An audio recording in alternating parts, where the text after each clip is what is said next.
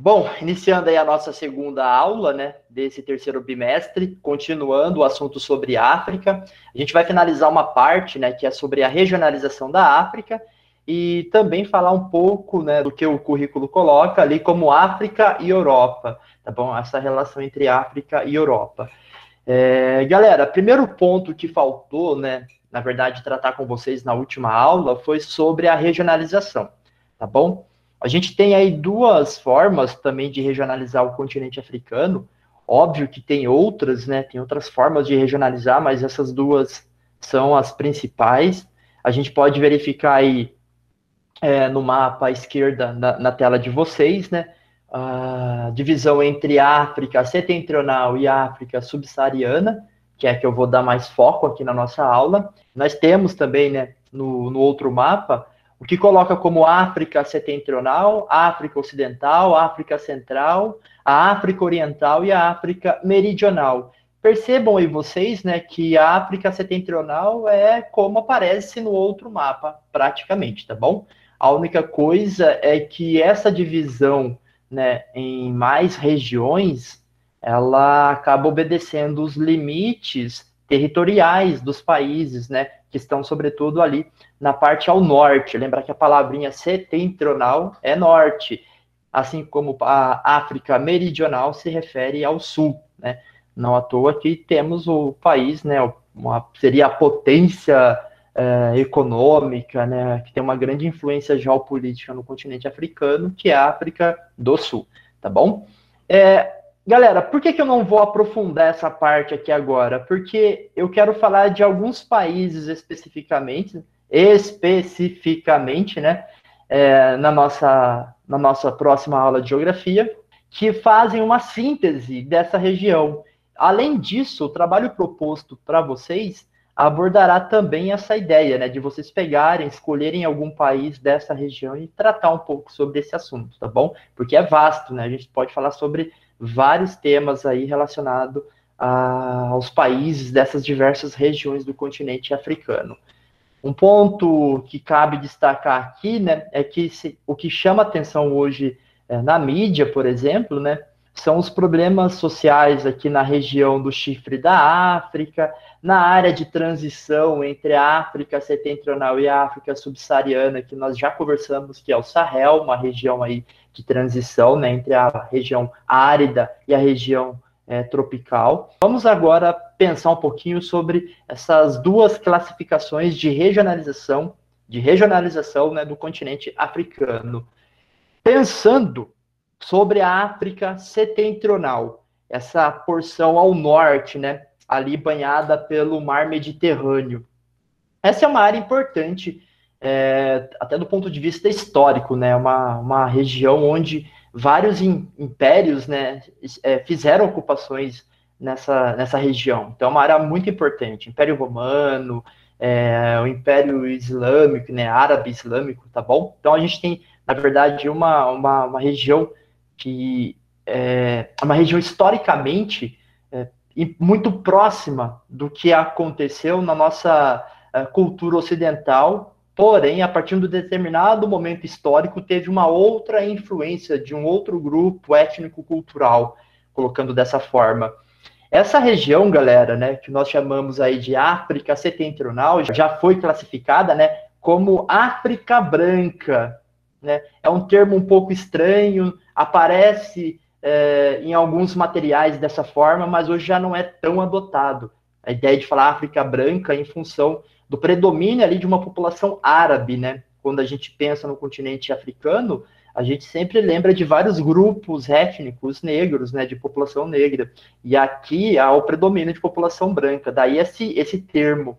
Lembrar que quando surge o islamismo, né, ali no século VII, e há o processo de expansão islâmica, esse processo se dá no norte do continente africano.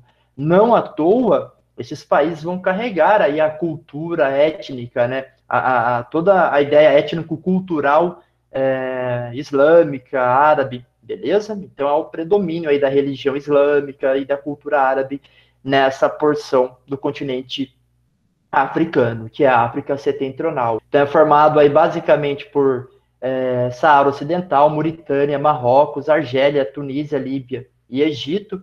Então, você tem aqui uma presença desses países. O ponto econômico aqui, né, os aspectos econômicos dessa região, tem a pecuária ali de ovinos, caprinos e camelos.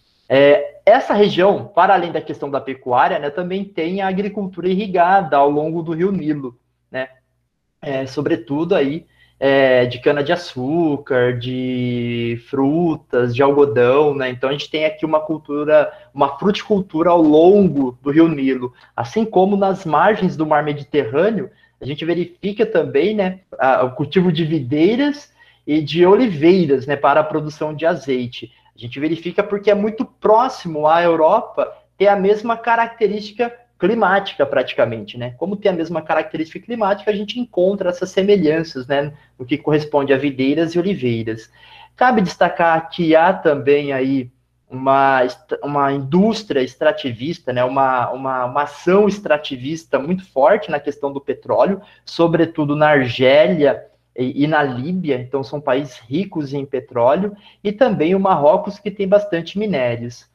E nessa região, galera, o destaque é o Egito, né? Porque é um país industrializado, o turismo no Egito é muito forte, a questão do petróleo também é importante, é um país que tem a exploração do petróleo, e na ligação, né, no ponto de conexão entre o Mar Mediterrâneo e o Mar Vermelho, há um canal, o Canal do Suez. As embarcações que passam por esse canal pagam uma espécie de pedágio, e esse pedágio aí faz parte aí das receitas por parte do Egito, no Canal do Suez. Um ponto aqui que cabe destacar, galera, o que é Maghreb? Seria uma região econômica do Noroeste referente às antigas colônias francesas, sobretudo Argélia e Marrocos, tá bom? A gente vai verificar que desses países que estão no norte da África, né, na porção setentrional do continente africano, se a gente pegar Argélia, Marrocos, Tunísia, né, Saara Ocidental, toda essa região foi colonizada pela França. O Egito não, o Egito foi colonizado pela Inglaterra, tá bom? Então, essa região colonizada pela França, essa porção mais a noroeste, né, do continente africano, é chamado de Maghreb, que é a mesma ideia que falar é o poente, é onde o sol se põe, né? E é uma ideia até interessante, porque é onde o sol se põe no mundo islâmico, né? No mundo árabe islâmico, beleza?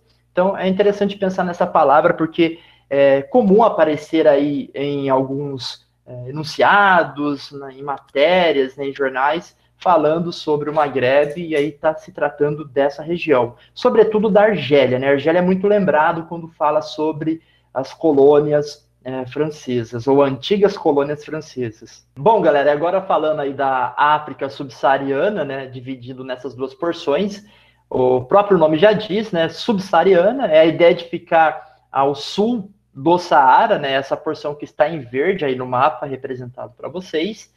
Essa é uma região que tem mais de 10 mil grupos étnicos, né? A gente sempre lembra dos bantus, dos sudaneses, mas há vários grupos étnicos, né? Como eu estava comentando com vocês, havia uma outra divisão, né, que alguns materiais colocavam, eu já vi que ainda colocam, na verdade, né, que se a África setentrional, né, do norte era a África branca, a África subsaariana era a África negra.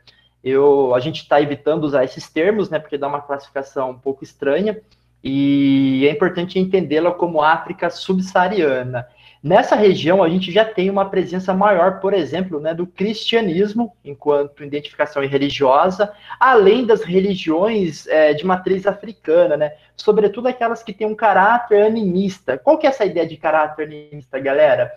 Colocar nos animais, né, uma característica de divindade, tá bom? Ou os animais serem utilizados, né, como representações de divindades, tá bom? É essa a ideia. Se a gente lembrar, né, até os filmes atuais, eles acabam usando um pouco essa ideia.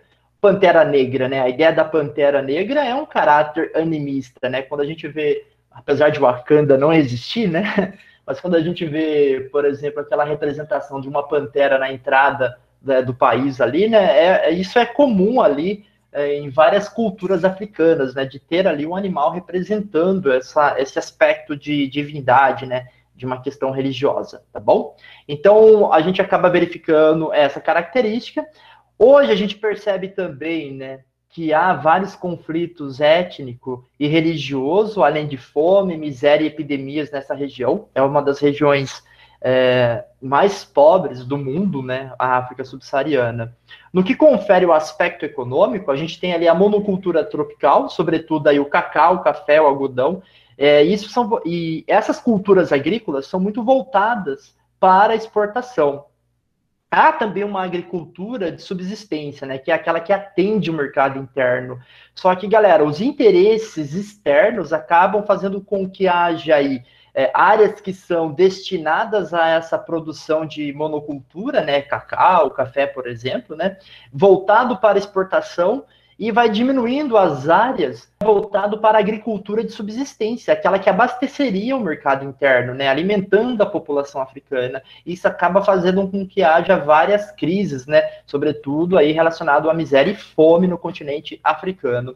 Eu trouxe essa imagem aqui, né, que é do filme O Menino que Descobriu o Vento. É uma história real e nesse filme mostra um pouco essa realidade, né, desse atual contexto. É um filme que retrata uma situação real, recente, e mostra ali como que uma determinada comunidade, ainda de um caráter um tanto quanto tribal, acaba ali tentando, né, manter aí a sua agricultura de subsistência, né, e como também as características climáticas afetam também essa região.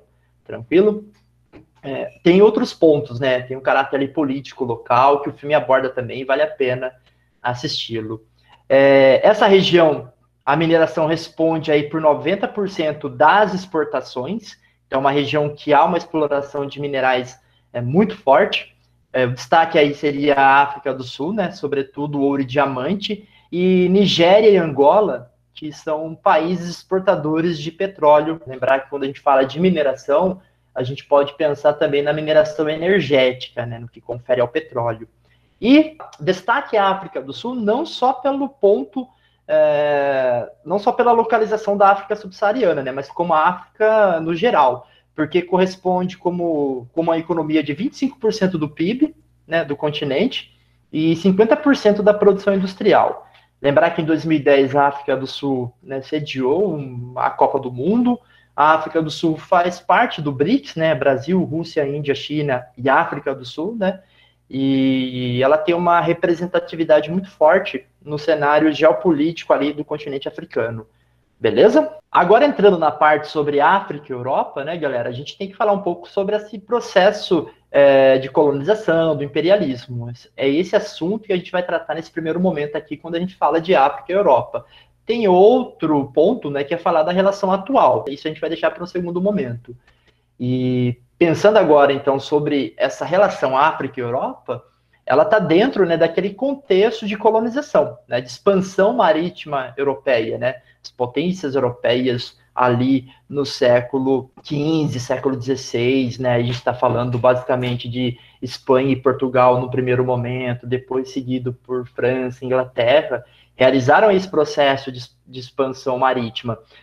A ocupação no continente africano por parte dessas potências europeias se deu de uma maneira muito pontual, né? Em que sentido, galera? Eram criadas feitorias, né, ao longo do continente africano. O que seriam essas feitorias, né? São esses entrepostos comerciais que a gente verifica aí ao longo de todo o continente africano, né? A gente vai vendo aqui vários exemplos de feitorias celta, lá em Moçambique, né? Então a gente vai vendo várias feitorias. E essas feitorias eram ali para trocas comerciais e para captura de pessoas, né? Que eram aí dentro daquele contexto da escravidão. Tranquilo? Então a gente tinha essa situação nesse primeiro momento. Essa primeira fase, né, de colonização pega ali basicamente ali do século XVI até o século XIX. Seria, né, nesse contexto. São espaços, né, que são voltados para fora, obedecendo essa lógica mercantilista, de comércio, sobretudo. Lembrar que os comerciantes de escravos, né, ganhavam muito dinheiro nesse período, tá bom? Tá obedecendo essa lógica mercantilista. E havia claramente aí os interesses das potências europeias. Esse é um ponto aqui nesse primeiro momento. A colonização estava ocorrendo, de fato, ali na América, né, no Novo Mundo. E na África, a gente tinha aí entrepostos comerciais através dessas feitorias. No segundo momento, aí eu já entro no imperialismo. E o imperialismo, é importante pensar o seguinte ponto. Nós temos hoje, né, só para colocar uma reflexão inicial, uma divisão política que é essa do mapa verde. Ou seja, eu tenho vários territórios. Só que a divisão étnica, a gente vai ver que ela é muito maior do que a atual distribuição dos territórios no continente africano. Em resumo, né, isso faz com que vários países do continente africano tenham um caráter multiétnico, no sentido de ter várias etnias dentro de um mesmo território, né? Não é a ideia da palavra multiétnica que a gente tem aqui, já que a gente fala aqui de uma ideia multiétnica, mas no sentido de miscigenação, né, de mistura, tá bom? Aqui não, aqui são vários grupos étnicos dentro de um mesmo território. E essa situação faz com que também alguns grupos étnicos lutem entre si para ter o poder dessa atual divisão política que se impõe hoje no continente africano. E a gente vai entender um pouco desse processo de formação, né? Antes do que nós chamamos aí de imperialismo, a gente tinha vários reinos, né? Vamos colocar assim, havia vários reinos ao longo aí do continente africano, várias formas de impérios, né, africanos. A partir do século XIX, o imperialismo impõe uma lógica, né? Já que as potências europeias estavam interessadas nas riquezas naturais do continente africano, e aí acaba tendo um segundo momento de contato do que a gente chama aí dessa relação entre África e Europa, que muda, né? Muda a partir do século XIX.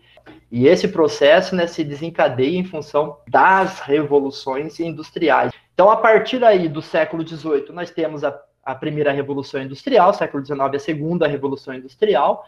Há uma necessidade, então, por matéria-prima nesse momento, né? As potências europeias acabam iniciando aí um período que nós vamos chamar de partilha da África, né? Então, elas iniciam esse processo. Só que é importante destacar, galera, que assim, já havia aí um processo de colonização por parte das potências europeias em várias regiões. Surge ali no final do século XIX duas novas potências, né? Mas sobretudo a Alemanha, tá bom? Itália e Alemanha são países que têm um processo de unificação tardia dentro do contexto europeu. A Alemanha, ela já nasce como potência, e a Alemanha, ela não tinha colônias, né? Ela não tinha áreas de dominação no continente africano, e ela acaba aí sediando nessa conferência de Berlim para participar dessa partilha do continente africano, tá bom? Esse é um ponto aqui se destacar. Por que há a Conferência de Berlim?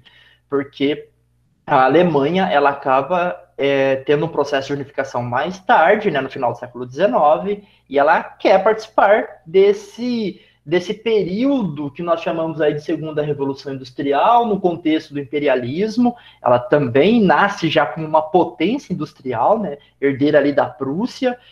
A ideia, então, da Conferência de Berlim era definir as áreas de influência dessas potências europeias e realizar, de fato, né, uma ocupação territorial efetiva dos territórios de interesses dessas potências. Aí eu destaco, galera, olhando esse mapa aqui do lado, né, de 1913, percebam que é um pouco antes aí, um ano antes, né, do início da Primeira Guerra Mundial, é o domínio que a Inglaterra, né, o Reino Unido tinha, né?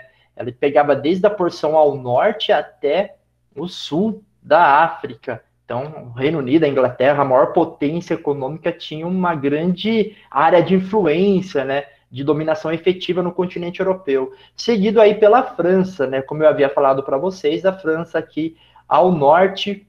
Cabe lembrar aqui que Portugal, por acordos entre as nações europeias, já tinha uma área de dominação, né, que seria Angola e Moçambique, tá bom? E a gente acaba verificando aí a participação da Alemanha também, né, na região próxima à Namíbia, Tanzânia, Quênia, né, no que hoje a gente conhece como esses países. A Alemanha, ela entra aí com essas áreas de dominação, né. Cabe aqui lembrar, galera, que aí há a delimitação de fronteiras artificiais, né? Quando a gente vê essa fronteira em linha reta aqui, né, por exemplo, entre o domínio inglês e o domínio francês, a gente vai verificar que são fronteiras determinadas pelas potências europeias. E muitas vezes, né, essas fronteiras, elas são delimitadas, primeiro, porque eles querem buscar matéria-prima, então tem que definir esse território. Há uma desestruturação do modo de vida das comunidades africanas, porque agora os interesses das potências europeias se sobrepõem aos interesses das comunidades locais, então aquele caráter mais tribal de organização da sociedade africana começa, em certa medida, a ser desarticulado, desestruturado, já que agora eu tenho uma outra forma de dominação.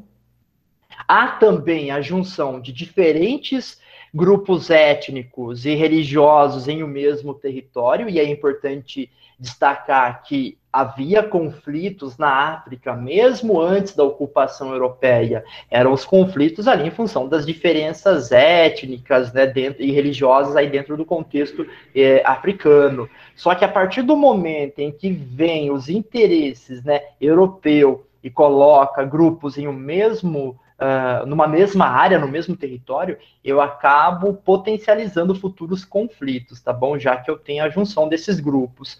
Ao mesmo tempo, então, que tem esses conflitos, né, dentro de um território, em função dessa junção de grupos étnicos, quando eu passo uma linha reta em uma determinada região, numa determinada área, eu posso também separar grupos étnicos e religiosos em diferentes territórios. Então, essas linhas colocadas de forma, né, que não atentasse ali para os interesses locais, acabam também separando grupos étnicos. Isso também é outro problema. Beleza? O que a gente percebe aqui, galera? Então, interesses da Europa desenhando a configuração territorial do continente africano. Né? Então, o propósito das potências europeias, né, nesse contexto do imperialismo, era dividir para dominar. Essa é a ideia, né? Eu acabo criando ali uma verdadeira confusão no sentido de aglutinar etnias em um mesmo território, em dividir etnias em diferentes territórios. É a ideia de dividir para dominar, né? Isso é uma coisa muito antiga que é levada a cabo aqui pelas potências europeias. Cabe lembrar também que ela acaba dando privilégios para certos grupos étnicos em detrimento de outros. A ideia basicamente é o seguinte: chega a potência europeia, escolhe ali um determinado grupo étnico dentro da sua área de dominação, né, dentro do seu território de dominação, e esse grupo étnico é quem vai governar, comandar aquele território, claro, alinhado aos interesses das potências europeias. Então perceba que é potencializada essa questão dos conflitos, né, ou dos possíveis conflitos que vão ser desencadeados no decorrer do tempo. Tem aqui também uma visão de um papel civilizatório, né, e, portanto, racista dos europeus para com as culturas étnicas africanas, na ideia de falar que está levando a civilização, a cultura europeia, né, para os bárbaros, para os selvagens africanos. Então, tem essa leitura também, tá bom? Então, tem essa visão dentro daquele contexto do final do século XIX, né, do etnocentrismo. O fato, então, de ignorar essas fronteiras étnicas do continente africano, né, galera, acaba fazendo com que haja aí, na verdade, vários problemas que a gente verifica até hoje. O fim desse período se deve ao contexto da Segunda Guerra Mundial, né? O fim de qual período? Do imperialismo. Então, com a Segunda Guerra Mundial, ao enfraquecimento das potências europeias, já que o cenário, né, aí da Segunda Guerra Mundial é o próprio continente europeu, e como as potências acabam se enfraquecendo, as regiões ali da África, né, acabam, nesse momento, iniciando aí, após a Segunda Guerra Mundial, iniciando seu processo de emancipação. E aí a gente entra numa nova fase, numa terceira fase, que é a emancipação, que são os processos de independência, né?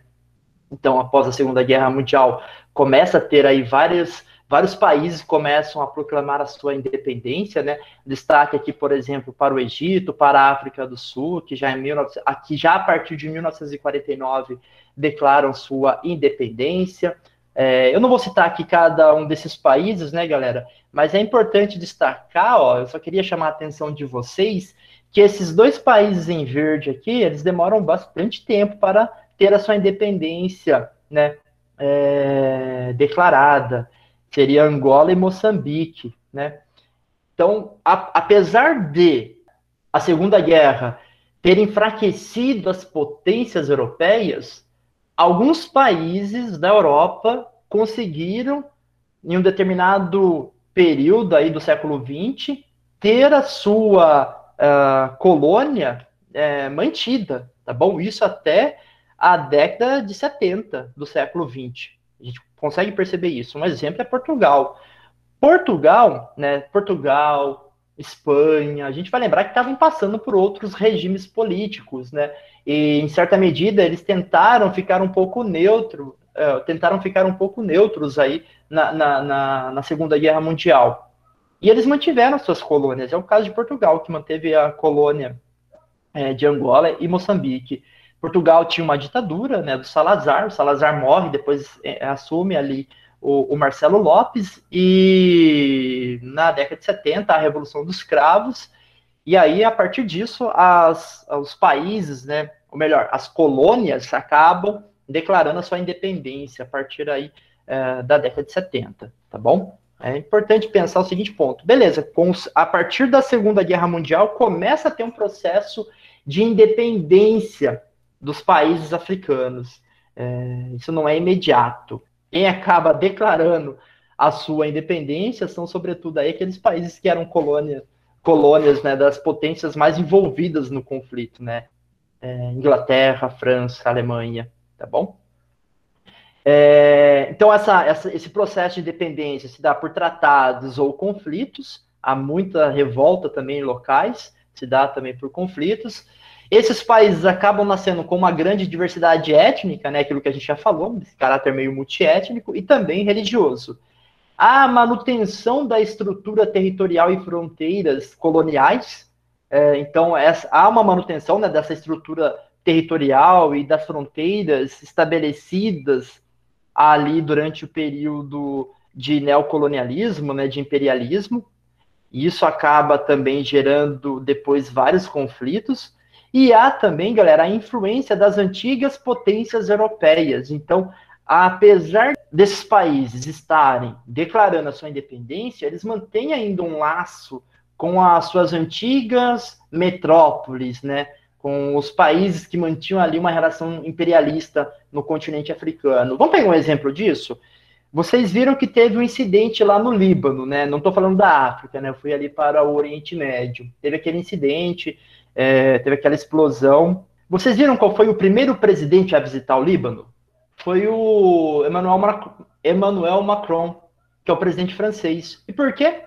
A região ali do Líbano, aquela porção ali, foi colônia francesa. Não à toa, né? Por exemplo, a França ela tem uma relação muito próxima com a Argélia. Beleza? Aliás, né, se a gente pensa nessa ideia, né, de influência das antigas potências europeias, não é à toa que boa parte dos imigrantes, né, ilegais ou legais, né, que estão em algum país europeu, né, então se eu pego, por exemplo, França, tem um grande número de argelinos na França, justamente por causa dessa influência da potência europeia.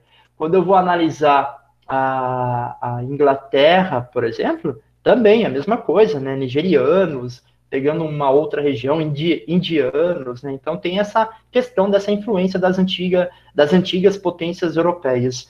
Cabe destacar que essa influência se dá por esse aspecto de fluxo de pessoas, mas também por essa, de certa maneira, influência geopolítica nessas regiões. Não à toa as empresas desses países atuam nessas antigas colônias, né, que mantém ainda esse laço, tá bom? Em síntese, galera, o processo de emancipação, ele se dá de uma maneira gradual, ao longo aí desse período. Ainda dentro desse processo de emancipação, é importante lembrar que o século XX é marcado, logo após a Segunda Guerra Mundial, pela Guerra Fria, né, nessa disputa por aliados por parte dos Estados Unidos e da antiga União Soviética. E isso faz com que o continente africano também seja palco desse momento geopolítico que o mundo passa, né?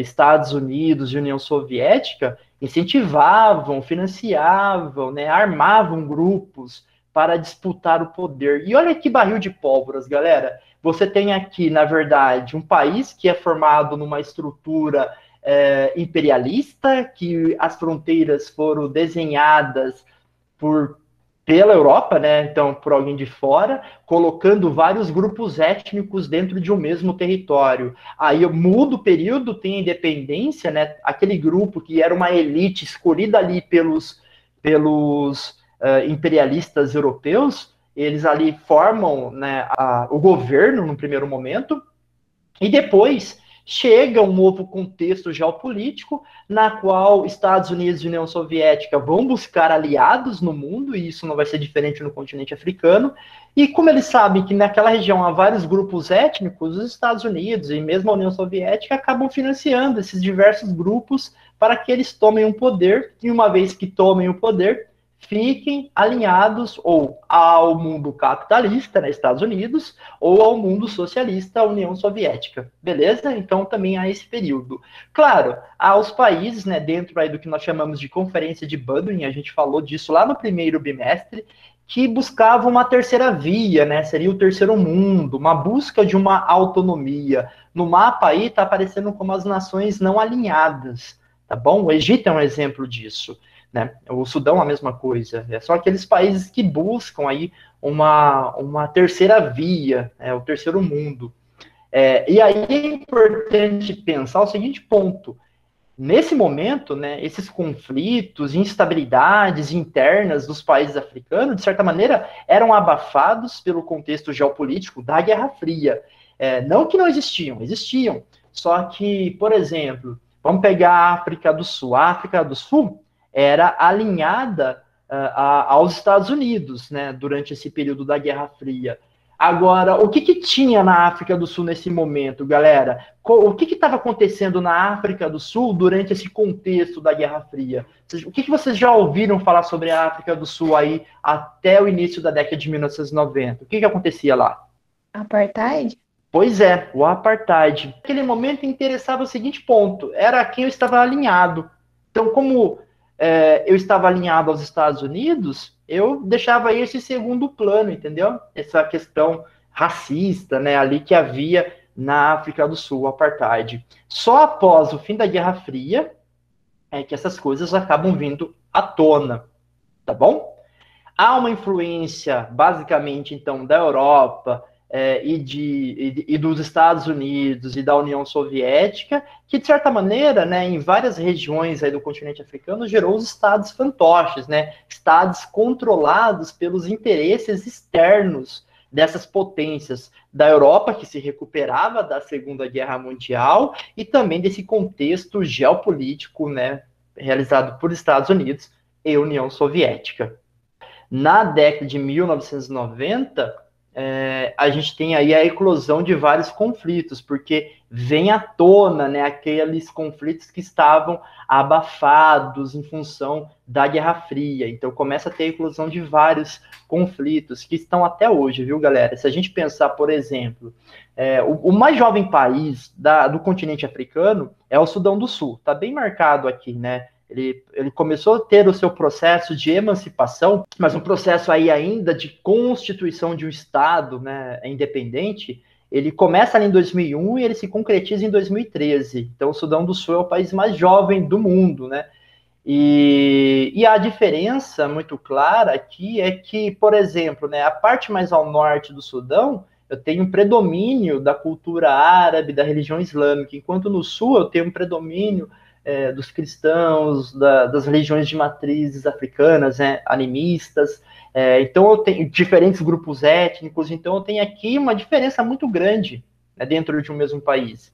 Isso vem à tona. E também a disputa pelo poder político. Aliás, é desse momento, né, ali no início da década de 90, que há um massacre em Ruanda entre duas diferentes etnias, os Hutus e os Tutsis, né, dentro de Ruanda.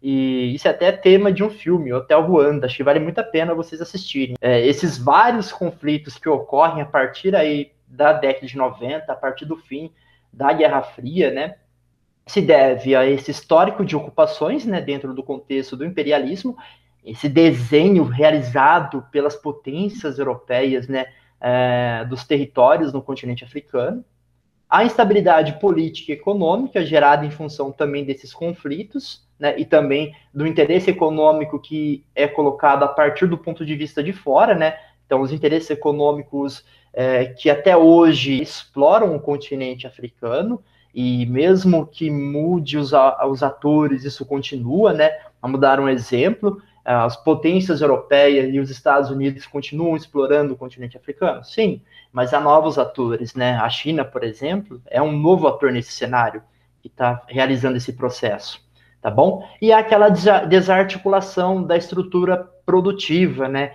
Então os países eles não têm aquela soberania para poder aí articular a sua estrutura produtiva. Claro, muitos conseguem, né, a fazer aí acordos multilaterais, né, entre esses países, ou seja, realizar alianças econômicas no sentido de construir uma autonomia do ponto de vista econômico que gere uma melhor qualidade de vida. Mas, galera, todo esse histórico dentro do continente africano faz com que haja aí o predomínio de uma instabilidade política que a gente vê na prática como ditaduras, né? Então a gente vê em vários países da África ditaduras que se estabelecem ao longo de um longo período. Quando há um início aí de um vento democrático, dura muito pouco, ou mesmo regimes políticos de caráter fundamentalista que querem se estabelecer no poder, né? Isso está acontecendo na Nigéria, isso acontece ali na região do Sahel, né? Se pegar Mauritânia, Mali, Níger,